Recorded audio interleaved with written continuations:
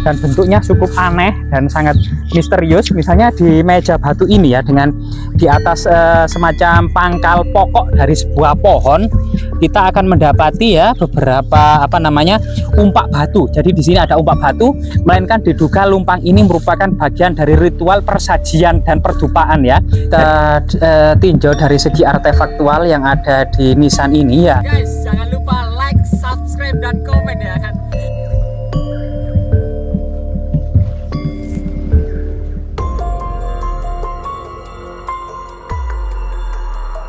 Ya, pada akhir abad ke-13 merupakan sesuatu yang sangat istimewa bagi peradaban yang ada di Nusantara. Karena tumbuh dan berkembangnya kerajaan Majapahit di Jawa Timur seiring dengan tumbuh dan berkembangnya Kesultanan Samudra Pasai di ujung utara Pulau Sumatera. Jadi hal ini memiliki kajian yang sangat unik, terutama dalam kajian multidimensi. Di belakang kita diduga ada semacam makam keramat, makam seorang wali yang ternyata di dalamnya itu penuh dengan tinggalan-tinggalan megalitik, kabuyutan, bahkan jejak-jejak, kemudian umpak batu atau hal-hal yang berhubungan dengan masa karesian ya, masa kasogatan maupun kasaiwan. Nah, di sini coba kita bersama-sama akan kemudian mengungkap dan menyibak satu persatu tinggalan yang ada di lokasi ini. Bahkan saking keramatnya lokasi makam wali ini, sampai-sampai alat berat pun tidak mampu melakukan pembongkaran lokasi ini, sehingga dibiarkan sehingga sampai saat ini seperti sebuah makam di atas bukit. Ya, ini. Jadi sesuatu yang sangat luar biasa sekali ya, dikelilingi oleh kebun pisang yang sangat hijau royo-royo ini. Kita mencoba menapaki ya, setapak demi setapak sebuah situs yang sangat bersejarah ini. Nah ini. Jadi kembali lagi, ternyata di Jawa ini banyak kita dapati di makam-makam Islam itu memiliki ciri-ciri kengunoan. Misalnya dari segi tanaman yang ditanam. Jika pada masa Majapahit, pada masa Hindu-Buddha, lokasi-lokasi bangunan suci, lokasi-lokasi percandian pasti ditanami dengan pohon kamboja, pohon nagasari, serutri, pohon bana, naga kusuma, ya angsoka, beringin, ambulu, kemudian cempaka, termasuk cempaka ya, dan gading dan lain sebagainya. Di makam-makam Islam juga masih kita dapati tanaman-tanaman tersebut, termasuk andong dan puring. Nah, ini sesuatu yang sangat luar biasa sekali. Nah, di belakang kita itu ada makam keramat yang juga sampai saat ini itu dinaungi oleh pohon beringin raksasa ya. Pohon beringin pada masa lalu juga disebut waringin ya, atau sebagian juga menghubungkannya dengan pohon bodhi, meskipun berbeda pohon bodhi yang ada di India. Namun pohon beringin ini juga pernah kemudian menghiasi jalanan-jalanan sepanjang istana kerajaan Majapahit. Diceritakan dalam kitab Negara Kertagama ya, pohon Brahmastana berkaki bodhi, berjejer panjang, berbentuk aneka rupa, tempat para tanda jaga Paseban. Nah, disinilah kemudian kita akan mendapati misalnya coba diduga di sini dulu ada bangunan suci ya, di sini ada batu bata kuno ya, batu bata kuno yang masih tertimbun di dalam tanah. Kemungkinan di sini ada struktur misalnya tembok, gapura, atau mungkin struktur-struktur yang lainnya semacam kemudian batur atau pelinggih, yaitu yang berhubungan dengan situs-situs Banten atau situs-situs persajian pada masa kuno ya. Jadi kita memasuki area yang keramat, dan coba di samping kita itu ada semacam batu dolmen atau meja batu raksasa, the Great Dolmen. Dan di sini kita masuk gapura, dan ada makam Mali yang sangat bersahaja. Sebagian mengatakan makam Maulana Maghribi, sebagian juga mengatakan makam Maulana Mbah Macan Putih. Nah, coba kita memasuki ya. Rahayu, rahayu, rahayu. Nah, jika sebelum kita kemudian meneliti jejak-jejak artefaktual yang ada di lokasi ini, alangkah baiknya kita kemudian berziarah terlebih dahulu ya, untuk menghormati sang wali. Jadi di sini ada makam wali yang dibungkus kain hijau royo-royo ya, lambang surga. Jadi coba kita sowan dulu. Jadi wahusan ila ruhi Mbah Maulana Maghribi ya, Mbah Macan Putih. Bisiril Fatihah. A'udzubillahi minasyaitonir rajim. Bismillahirrahmanirrahim.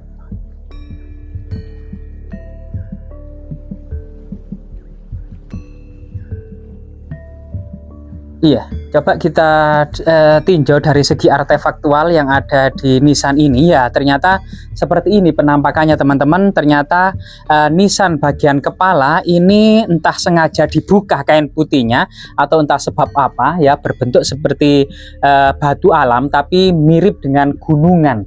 Jadi lambang Meru ya, atau gunungan, karena gunungan pada masa kuno itu dianggap tempat bersemayamnya para arwah-arwah leluhur ya, dan lambang gunungan juga tempat bersemayamnya dewa-dewa pada masa kuno. Dan saat ini memang sebuah situs berkesinambungan ya, menjadi nisan kepala ini juga berlambang gunungan, yang dianggap gunung itu pada masanya adalah suci.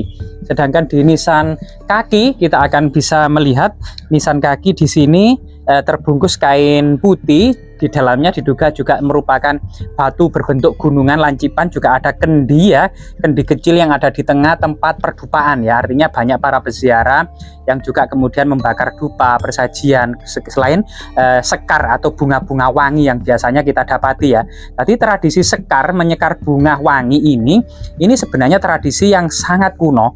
Di Persia atau di Iran itu pernah ditemukan kubur manusia purba yang berusia lebih dari 5.000 tahun juga bersama bunga-bunga ya, bersama bunga-bunga. Namun memang tradisi Islam sendiri mungkin sangat jarang, misalnya di Arab atau di Persia melakukan sekar bunga kepada almarhum. Di Jawa menyekar dengan almarhum dengan bunga-bunga wangi ini masih bagian ya dari tradisi yang berkembang hingga saat ini. Kemudian jika kita berjalan di samping kanan kita ada beberapa batu dolmen ya, atau meja batu. Diduga meja batu ini merupakan meja batu purba ya, diduga, atau meja persajian ya. Ada beberapa 1, 2, 3, 4 ya, dan bentuknya cukup aneh dan sangat misterius. Misalnya di meja batu ini ya, dengan di atas semacam pangkal pokok dari sebuah pohon, kita akan mendapati ya beberapa umpak batu. Jadi di sini ada umpak batu, di sini ada balok-balok batu candi. Nah gitu ya. Dan di sini mungkin ada beberapa mustika ya, yang seperti batu-batu aneh yang ada di bawahnya ini yang sengaja disimpan ya. Nah ini, jika kita keliling satu persatu, misalnya di sini juga ada beberapa batu yang sangat aneh, sangat lebar gitu ya. Diduga ini adalah the great dolmen atau meja batu pada masa prasejarah di bawah pohon beringin raksasa ya. Pohon beringin akan kita dapati dan kita kenali dari daunnya. Ini merupakan daun beringin ya, yang biasanya tumbuh di tempat-tempat keramat, kemudian di makam-makam sampai saat ini, atau di percandian pada masa kuno ya, dan di bangunan suci, baik itu masa prasejarah, masa kuno maupun saat ini hingga perubahan budaya masa peradaban Islam saat ini ya. Dan di sini juga ada pohon beringin ambulu yang akarnya juga luar biasa besar, dan di bawahnya juga kita dapati semacam menhir atau tugu batu ya, menhir atau tugu batu. Dan ini yang paling keramat ya, balok-balok batu candi. Dan ini batu yang misterius ini diduga bagian dari semacam pemujaan Linggayoni ya, lambang Linggayoni. Kemungkinan di sini ada lingganya pada masa lalu ya, dan di sini kemungkinan adalah simbol dari Yoni ya. Nah, di sini ada jejak-jejak peradaban kuno tersebut. Sehingga kita dapati di lokasi ini tidak hanya kemudian makam sang wali saja, melainkan juga jejak-jejak kabuyutan semacam menhir yang juga akan kita dapati di beberapa lokasi, juga semacam Linggayoni, umpak-umpak batu. Nah ini, nah di sini, juga banyak penuh dengan umpak-umpak batu ya, yang salah satunya umpak batunya itu dikasih dolmen atau meja batu. Di sini ada 6 buah umpak batu. Diduga umpak batu ini adalah landasan dari mandapa, cungkup ya, semacam asrama. Sehingga kemudian sebuah kesinambungan di sini juga luar biasa. Sebuah kesinambungan ya di lokasi ini dahulunya juga pernah disucikan, semacam menjadi pemujaan masyarakat kabuyutan. Kemudian pada masa kuno diduga ada semacam pertapaan gitu ya. Kemudian persajian dan pemujaan. Pada masa kuno diduga lokasi ini menduduki 4 fungsi sekaligus: pertapaan, asrama kadewa guruan, pemujaan, dan persajian. Jika kita lihat ke artefak-artefak yang lain, coba teman-teman. Nah di sini juga ada beberapa makam yang diduga juga keluarga dari makam wali yang memiliki batu-batu yang sangat unik ya. Jadi batu-batu pipi yang besar yang menyerupai kemudian gunungan ya, Makara dan lain sebagainya. Jadi batu-batu ini sungguh-sungguh luar biasa. Semoga yang dimakamkan ini mendapatkan kedudukan yang tinggi di sisi Allah ya. Bismillahirrahmanirrahim. Fatihah. Nah, Yang menarik juga di sini teman-teman, Haji, di sini jika di atas ini juga banyak sekali balok-balok batu candi. Umpak-umpaknya juga beragam. Jadi ada umpak-umpak kecil, umpak-umpak sedang, ada balok-balok batu candi. Di sini juga diduga ada semacam cungkup bangunan suci ya, yang kecil seperti kemudian pura yang ada di Bali, bagian bawahnya saja, kemudian atapnya terbuat dari ijuk, dari kayu gitu ya. Nah, di sini ada lumpang kecil. Lumpang kecil ini juga sangat-sangat luar biasa sekali ada di sini, yang menjadikan bahwasanya lumpang kecil ini bukan lumpang untuk menumbuk biji-bijian, bukan lumpang untuk menumbuk padi, bukan lumpang untuk menghaluskan rempah-rempah dedaunan, melainkan diduga lumpang ini merupakan bagian dari ritual persajian dan perdupaan ya. Jadi ini merupakan lumpang dalam fungsi magis dan sakral yang berhubungan dengan pemujaan sebuah bangunan suci, bukan lumpang pada umumnya ya, semacam fungsinya profan untuk kemudian menumbuk makanan gitu ya. Tapi ini diduga lumpang ini adalah lumpang persajian karena bentuknya sangat luar biasa sekali, dari batu yang sangat keras, batu andesit dengan lubang yang sangat presisi ya. Entah seperti apa masyarakat dahulu bisa kemudian melubangi batu-batu keras ini dengan sesuatu yang halus dan presisi ya. Mungkin kamera bisa di zoom. Dan ini ada balok-balok batu candi yang sangat besar ya, dan yang sangat unik dan menarik tiada duanya teman-teman, yaitu batu ini. Jika dilihat dari sana, batu ini malah seperti palus ya, atau seperti penis ya, yaitu alat kelamin laki-laki yang berdiri tegak. Yang ini juga berhubungan dengan menhir atau lingga dalam arti visual, atau lingga yang benar-benar ya seperti penis itu sendiri, karena lingga sebenarnya lambang penis. Sehingga kemudian lingga pada masa peradaban kuno ini menduduki fungsi ya sebagaimana fungsi kesuburan, yaitu lambang penis yang dipuja sebagai kesuburan, yang dengan harapan kemudian hasil panen melimpah, tanaman yang kemudian baik, tidak ada wabah dan penyakit. Yang kedua adalah sebagai lambang dewa Siwa dalam artifisial ya sebenarnya, yaitu penis itu sendiri yang biasanya berpasangan dengan lingga. Kemungkinan lingganya tadi di lokasi yang kita sebutkan tadi merupakan pemujaan dan unsur-unsur yang bersifat Siwa ya, Siwa atau pemujaan Siwa dan Parwati dalam sebuah lingga yoni. Nah ini. Dan yang ketiga, penis sendiri selain lambang kesuburan juga lambang kekuatan dan kekuasaan dari seorang raja. Jadi penis ini sesuatu yang memiliki arti-arti filosofinya pada masa kuno ini banyak ya, termasuk yang ketiga tadi yang kita sebutkan. Jadi banyak sekali kemudian artefak di sini. Nah, di sini ada bongkahan batu bata kuno. Nah, jadi bongkahan batu bata kuno di sini dengan ketebalan sekitar 3 cm ini diduga batu bata ini periode dibuat masa Singosari atau Majapahit, sehingga diduga memang situs ini situs yang berhubungan dengan permujaan, persajian, pertapaan maupun asrama Dewa Guruan pada masa kerajaan Majapahit. Diduga bukan di dalamnya kemungkinan juga ada semacam struktur batu bata kuno ya, yang memang saat ini memang tertutup karena memang di sana kita tahu bahwasanya di sana adalah bukit yang sangat tinggi. Kemungkinan bukit-bukit indah yang di sana itu pada masa lalu juga mengalami erosi yang menimbun struktur batu bata yang ada di sini.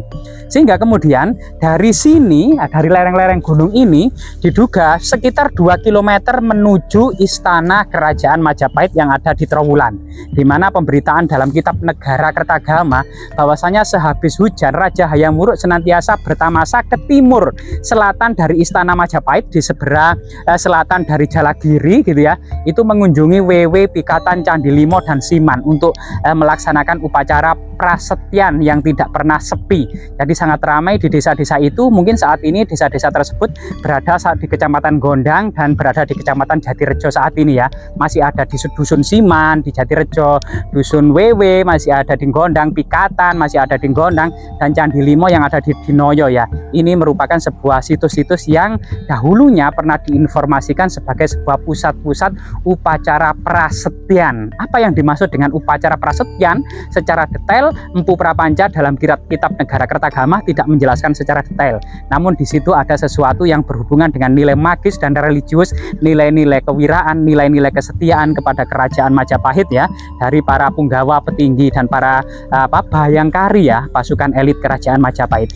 Jadi semua semua ini merupakan landasan dari peradaban kuno Kerajaan Majapahit yang merupakan semacam fondasi untuk membangun peradaban kuno. Karena dari kemudian istana Kerajaan Majapahit ke lokasi ini diduga ada jalan yang selalu dilalui oleh para pangeran muda atau bangsawan muda ke lokasi ini guna menimba dan mencari ilmu. Jalan tersebut biasanya pada masa kuno dikenal dengan Jalan Tirta Yatra atau Jalan Dharma Yatra. Semoga kemudian aktivitas kita bermanfaat untuk menyibak misteri-misteri masa lalu dan artefak-artefak yang terserak di lapangan. Kita akan berusaha mengungkap kesejarahnya dan pola-pola yang ada di dalamnya. Baik itu di persawahan, di hutan-hutan, di punden-punden keramat, di gunung-gunung, di sungai-sungai dan lembah-lembah. Semoga aktivitas kita bermanfaat. Jas merah, jangan sekali-kali melupakan sejarah.